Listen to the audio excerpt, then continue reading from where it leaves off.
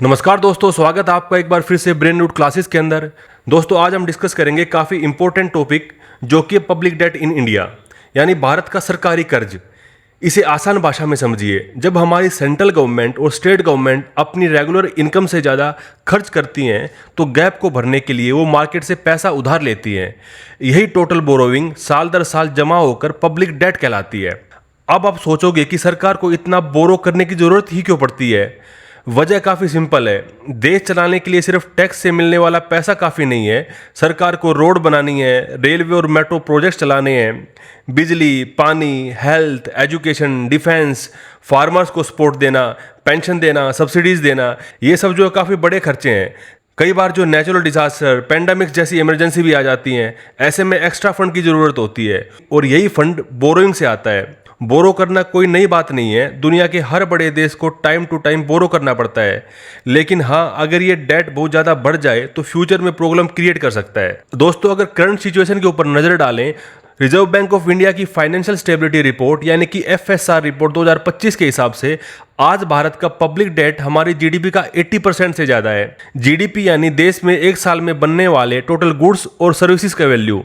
ये रेशो कई emerging economy से ज़्यादा है। IMF यानी इंटरनेशनल मॉनेटरी फंड का कहना है कि ग्लोबल पब्लिक डेट 2025 तक वर्ल्ड जीडीपी का 95% क्रॉस कर जाएगा और इस डिकेड के एंड तक करीब 100% तक पहुंच जाएगा। लेकिन इसका मतलब ये नहीं है कि इंडिया वीक है। हमारी इकोनॉमी अभी भी फास्ट ग्रो कर रही है।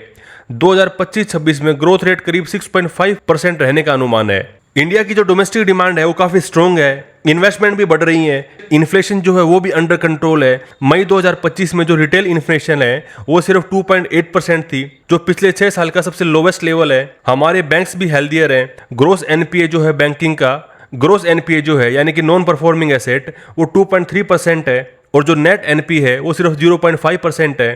तो ग्रोथ और स्टेबिलिटी दोनों अच्छे हैं। प्रॉब्लम बस इतनी सी है कि डेट का लेवल हाई है और उसे संभालने के लिए प्लानिंग चाहिए। दोस्तों चलिए अब समझते हैं पब्लिक डेट जो है उसका स्ट्रक्चर क्या है।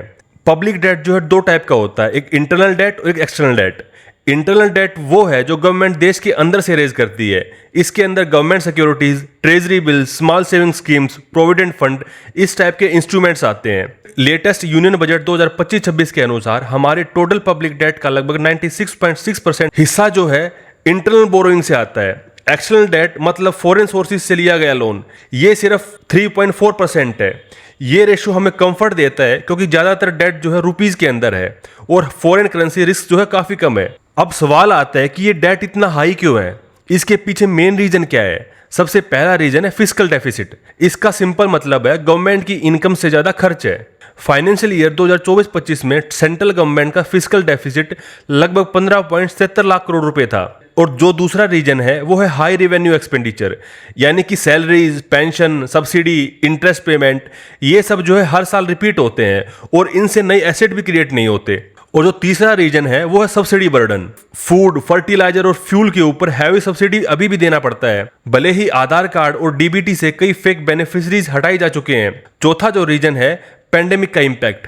कोविड-19 के दौरान हेल्थ केयर, रिलीफ पैकेजेस और वेलफेयर स्कीम्स के लिए ह्यूज बोरोइंग करनी पड़ी। और जो पांचवा रीजन है वो है राइजिंग एक्सटर्नल डेट।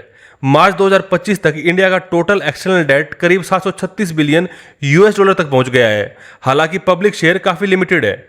अब हाई डेट के रिस्क को समझते हैं। सबसे बड़ा रिस्क है इंटरेस्ट बर्डन। जितना ज्यादा डेट उतना ज्यादा इंटरेस्ट देना पड़ेगा। सरकार की कमाई का बड़ा हिस्सा इंटरेस्ट पेमेंट में चला जाएगा। डेवलपमेंट प्रोजेक्ट्स के लिए कम पैसा बचेगा।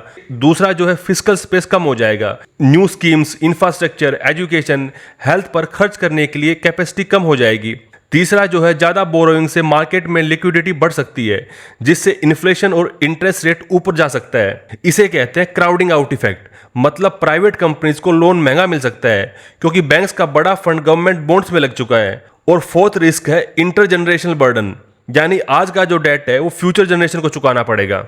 दोस्तों अब देखते हैं लीगल फ्रेमवर्क्स को। पब्लिक डेट को मैनेज करने के लिए हमारे पास काफी स्ट्रॉन्ग कानून है। सबसे इंपॉर्टेंट है fiscal responsibility and budget management act, यानी कि FRBM एक्ट 2003। इसका टारगेट है कि सेंट्रल गवर्नमेंट डेट को जीडीपी के 40% और ओवरऑल गवर्नमेंट डेट को 60% तक लाया जाए। पेंडेमिक के बाद डेडलाइन एक्सटेंड हुई, लेकिन गोल वहीं पे है। Reserve bank of India act 1934 के under section 20 RBI central government के बोरोइंग प्रोग्राम्स को मैनेज करता है, ऑक्शन कंडक्ट करता है, इन्वेस्टर्स को हैंडल करता है। गवर्नमेंट सिक्योरिटीज एक्ट 2006 भी गवर्नमेंट बॉन्ड इश्यू और मैनेज करने का फ्रेमवर्क देता है। अब बात करते हैं कि इसकी स्ट्रेटेजीज क्या हैं। डेट को सस्टेनेबल लेवल पर रखने के लिए सरकार कई स्टेप्स ले रही है। सबसे पहला टारगेट है डेट टू जीडीपी रेशियो को धीरे धीरे कम करना। प्लान है कि 2031 तक इसे अराउंड 50% तक लाया जाए।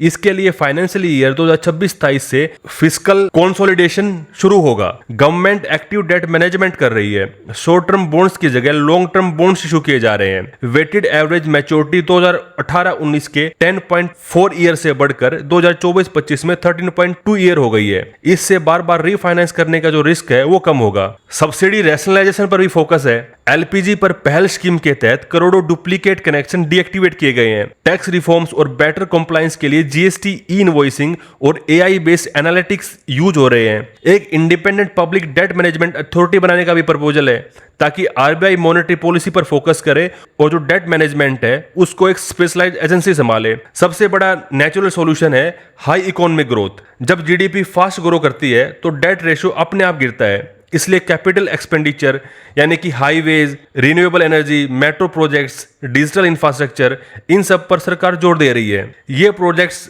जॉब्स क्रिएट करते हैं, प्रोडक्टिविटी को बढ़ाते हैं और फ्यूचर टैक्स रेवेन्यू भी बढ़ाते हैं। स्टेट्स को भी यही एडवाइस दी जा रही है कि वो ऑफ बजट बोरोइंग को कंट्रोल करें और फिस्कल डिसिप्लिन मेंटेन करें।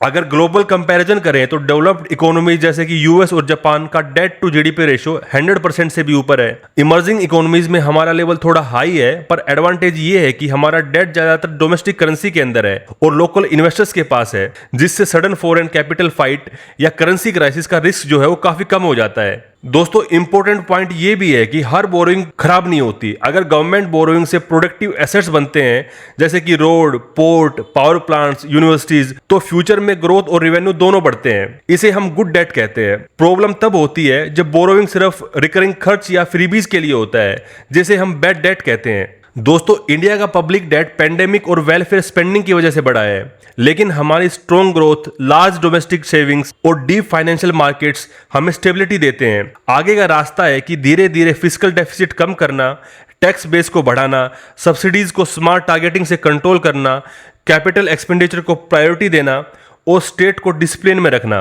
अगर हम ये कदम लगातार लेते रहे तो हाई ग्रोथ के साथ साथ डेट टू जीडीपी रेशियो अपने आप मैनेजेबल हो जाएगा और आने वाली पीढ़ियों पर भारी बोझ जो है वो भी नहीं पड़ेगा। पब्लिक डेट भारत के लिए चैलेंज भी है और अपॉर्चुनिटी भी है। सही डायरेक्शन में लिया गया डेट हमें better infrastructure, health care, education और लॉन्ग टर्म प्रोस्पेरिटी देगा, लेकिन बिना प्लानिंग के एक्सेसिव बोरोइंग फ्यूचर जनरेशन के लिए प्रॉब्लम बन सकता है। इसलिए जरूरी है कि सरकार और प्राइवेट सेक्टर्स दोनों मिलकर साउंड फिस्कल पॉलिसी और रिस्पॉन्सिबल बोरोइंग अडॉप्ट करें, ताकि इंडिया हाई ग्रोथ के साथ फाइनेंशियली सिक्योर और स्ट्रॉन्ग फ्यूचर की तरफ बढ़ सके। तो दोस्तों, यहाँ पे हमारा जो टॉपिक था पब्लिक डेट का वो कंप्लीट होता है। उम्मीद आपको पसंद आया होगा। दोस्तों, अगर आपको ये टॉपिक अच्छा लगा हो तो कमेंट करके जरूर बताएं, अपने दोस्तों के साथ शेयर करें और बेल आइकन को दबाना बिल्कुल ना भूलें, ताकि हर नए लेक्चर की नोटिफिकेशन आपको टाइम पर मिलती रहे। मिलते हैं अगली वीडियो में, तब तक के लिए धन्यवाद।